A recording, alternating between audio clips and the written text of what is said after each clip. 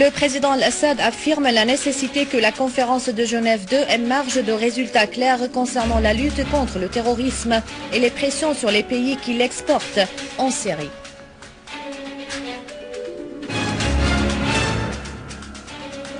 Le président al-Assad et la conférence peut aider mais ne peut pas être une alternative à un processus politique qui se déroule entre les Syriens. Des opérations spécifiques et des unités de l'armée arabe syrienne dans nombre de régions qui se soldent par l'élimination de dizaines de terroristes et la destruction de leurs repères et leurs armes.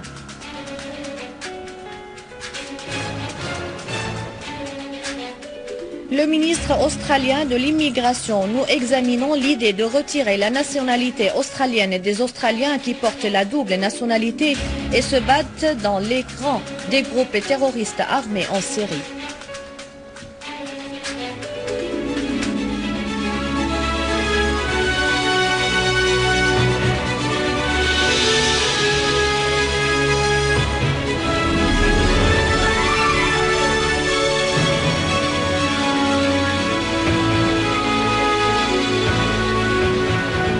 Des titres au détail, bonsoir. Le président Bachar al-Assad s'est réuni aujourd'hui avec la délégation officielle chargée de participer à la conférence de Genève 2. Le président al-Assad a donné ses instructions à la délégation, dont celle d'être à la hauteur de cette représentation.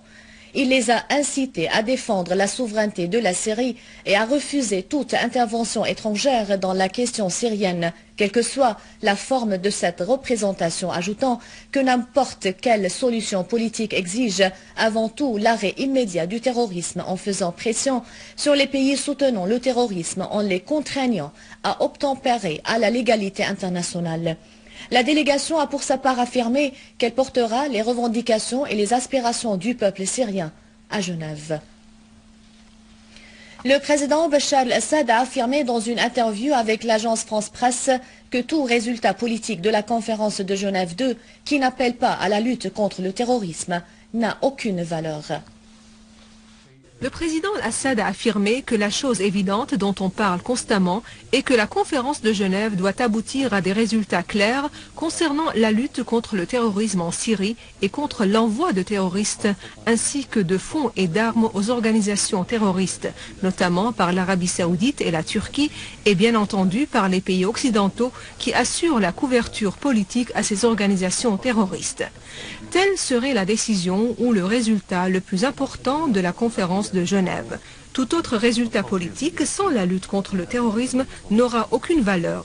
Il n'est pas possible d'avoir une action politique avec un terrorisme qui se propage partout, non seulement en Syrie, mais dans les pays voisins.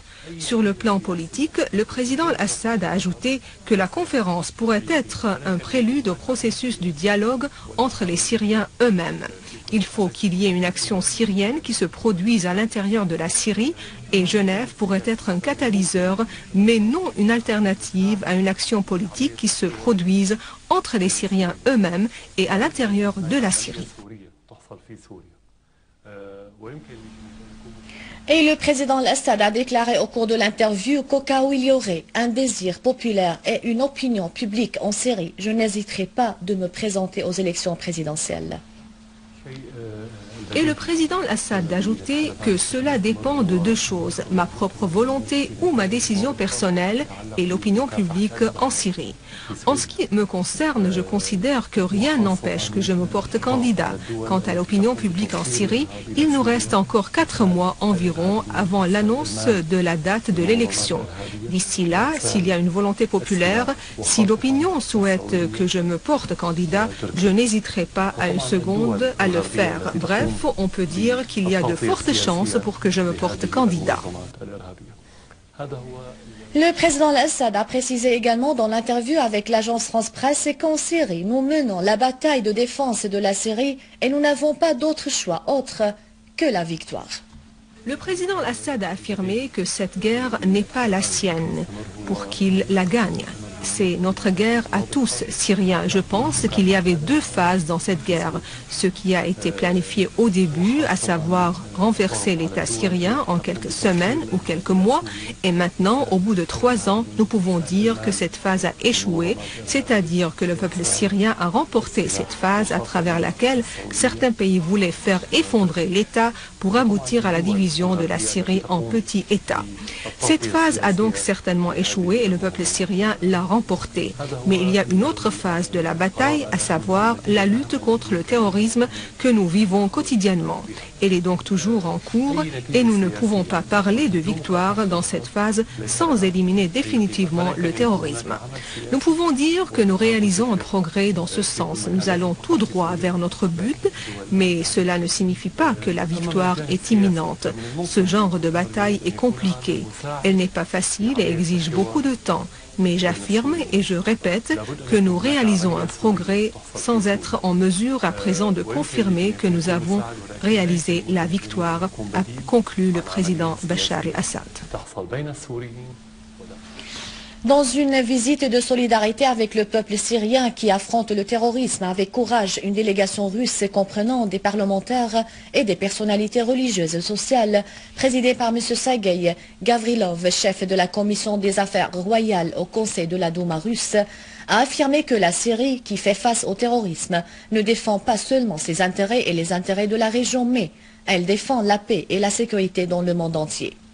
La délégation russe l'a affirmé lors de sa rencontre avec le président Bachar el-Assad, qui a considéré les positions prises par la Russie à l'égard de la Syrie et la région comme très importantes et qui se basent sur les principes, les lois et les chartes internationales et réalisent les intérêts des peuples en général et les deux peuples syriens et russes en particulier, affirmant que le peuple syrien fait face au terrorisme et à l'intervention extérieure et que les pressions qu'affronte la Syrie sont similaires à ce que la Russie et la Chine ont fait face depuis des années, car l'histoire de l'Occident est une histoire colonialiste et les pays occidentaux ont un problème avec tout État indépendant.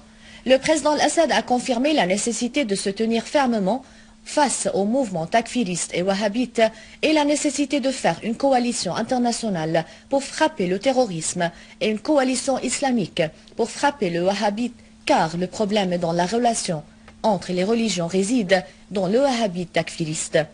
Les membres de la délégation ont pour leur part remercié le président Assad et le peuple syrien pour leur position de solidarité avec le peuple russe suite à l'opération terroriste qui a eu lieu dans la ville russe Volgograd le mois dernier.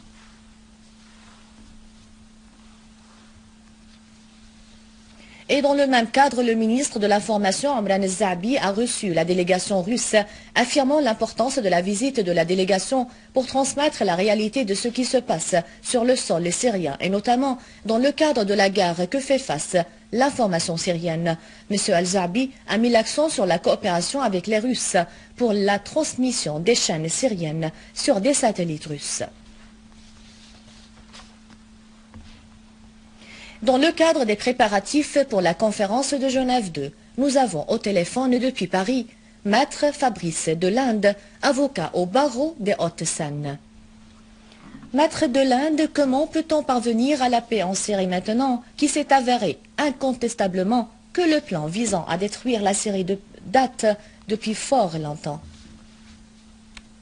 Oui, pour répondre à votre question, je vous dirais que les Occidentaux n'appellent à aucune solution pacifique pour la Syrie. Et je dirais en dernier élément que l'opposition armée, qu'on peut d'ailleurs qualifier en Syrie de terroriste, n'est absolument pas crédible ni légitime. Aujourd'hui, même en Occident, plus personne ne se risque à dire que les terroristes ou les rebelles sont des démocrates. Les articles qui sortent dans les journaux indiquent quand même en majorité que ce sont tous des djihadistes. Et pensez-vous que des mesures doivent être prises à l'encontre de certains partis ou certains pays qui soutiennent le terrorisme?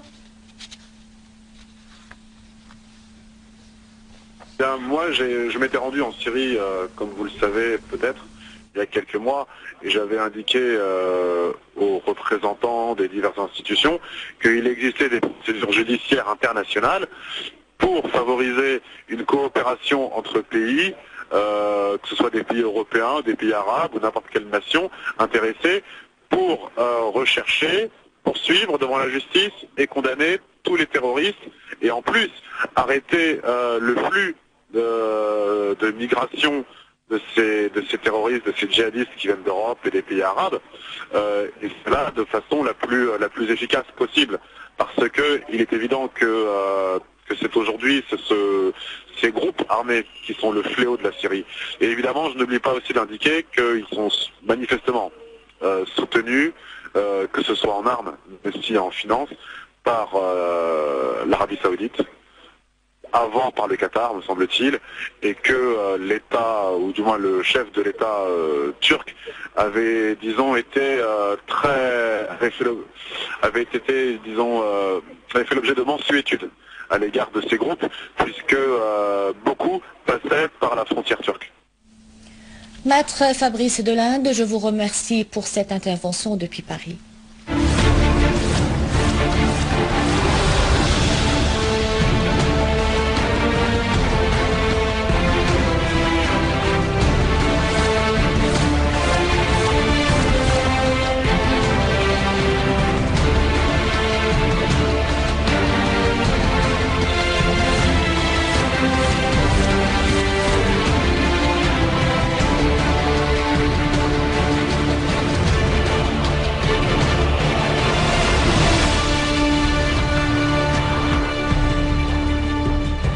Les forces de l'armée arabe syrienne ont abattu et blessé des terroristes dont certains sont de nationalité non syrienne et ont confisqué des armes qui étaient en leur possession, dont des lance-roquettes de fabrication israélienne dans la banlieue de Damas.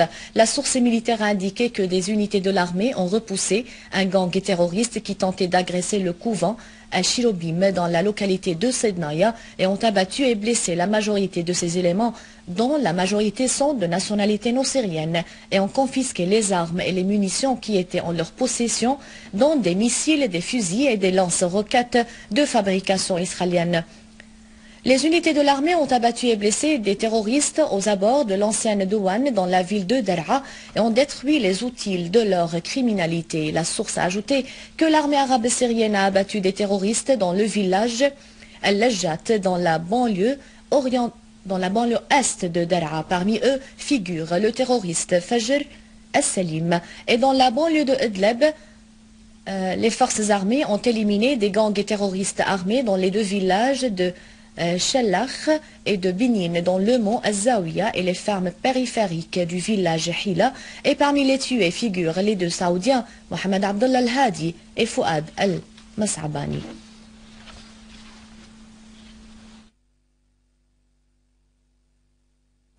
Le ministre australien de l'information Tony Burke a déclaré que son pays examine l'idée de retirer la nationalité australienne des Australiens qui portent la double nationalité et qui se battent dans les rangs des groupes terroristes armés en Syrie en utilisant les prérogatives de la ministre britannique de l'Intérieur Theresa May pour exécuter ceux-ci. La ministre britannique avait demandé d'interdire le retour en Grande-Bretagne des titulaires de la double nationalité qui se battent en Syrie. Elle a retiré la nationalité britannique de 37 personnes depuis 2 ans et demi, vu le danger que constitue la proximité de la Syrie à l'Europe de la possibilité du voyage des extrémistes de et vers la Grande-Bretagne. Un rappel des titres. Le président Al-Assad affirme la nécessité que la conférence de Genève 2 émerge de résultats clairs concernant la lutte contre le terrorisme et les pressions sur les pays qui l'exportent en Syrie.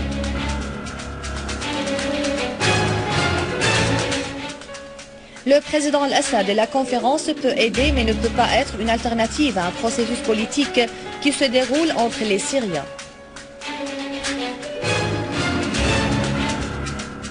Des opérations spécifiques et des unités de l'armée arabe syrienne dans nombre de régions qui se soldent par l'élimination de dizaines de terroristes et la destruction de leurs repères et de leurs armes.